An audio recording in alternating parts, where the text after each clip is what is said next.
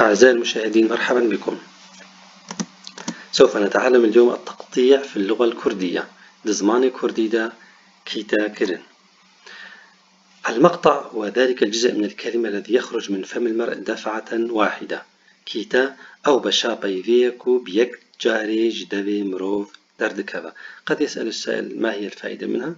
أعزائي المشاهدين، الفائدة هي للمتعلمين الذين يتعلمون اللغة الكردية من الصفر، فهي تسهل لهم قراءة الكلمات والجمل. الآن نأتي إلى الكلمات أو المقاطع التي تتكون من صوت واحد أو حرف واحد. عندنا كيتا يك دنجي، أي المقطع الذي يتألف من صوت واحد أو من حرف واحد. هر دنج دير كيتاك بيكتينا، كل حرف صوتي هو يكون مقطعا صوتيا. عندنا مثال: الحرف الذي بيشجر، يعني اللاحقة التي تأتي في بداية الكلمة. مثال: آشوجن، آشوجن. آشوجن المخاط أو الإبرة الكبيرة التي تخيط الأكياس.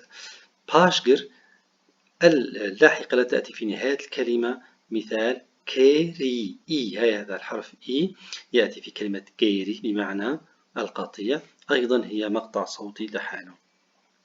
أيضا عندنا البقتاندك أو الحرف الذي يبين الملكية في الجملة، كما في المثال التالي: باف إي من. نقرأها في الجملة: بافي من. نلاحظ أنها تأتي مدمجة في الكلمة، وهذا الحرف الصوتي هو عبارة عن مقطع صوتي لوحده. أيضا هناك داتشك وجهانك، أي حروف الجر وحروف العطف. مثال: أو إي. نلاحظ المثال على الحرف الجر: أو أز أو تو، هذا هو مقطع صوتي لوحده. أما المثال الآخر: إي أو هفالي من إيكو بمرة هاتي باجير، صديقي ذلك الذي جاء معنا إلى المدينة. الآن عندنا كتاب دودنج، المقطع الذي يتألف من صوتين أو حرفين: آف، آش، إيش، آر، آخ، إين، تي، دي، جو، رو، كي، أو، وي. أيضا ثلاثة أصوات تكون مقطعا واحدا: سيدنجين كود بن كيتاك.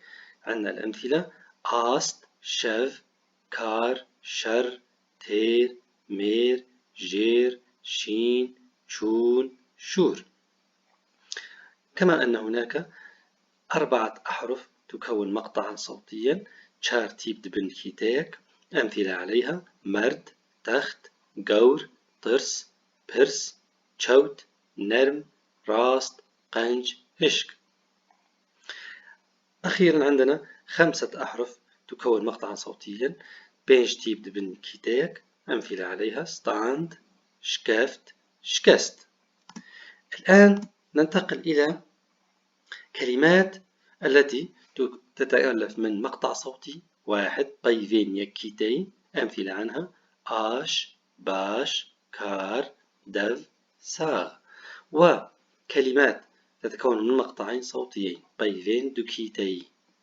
جولان تصبح جولان. هفال، هفال. هوجر، هوجر. بيفين سيكيتي الكلمات التي تتكون من 3 مقاطع. هذه كلمة مكونة من 3 مقاطع. أمثلة عنها: جنجاور، جنجاور محارب. دلبرين، دلبرين. راجرتن، راجرتن.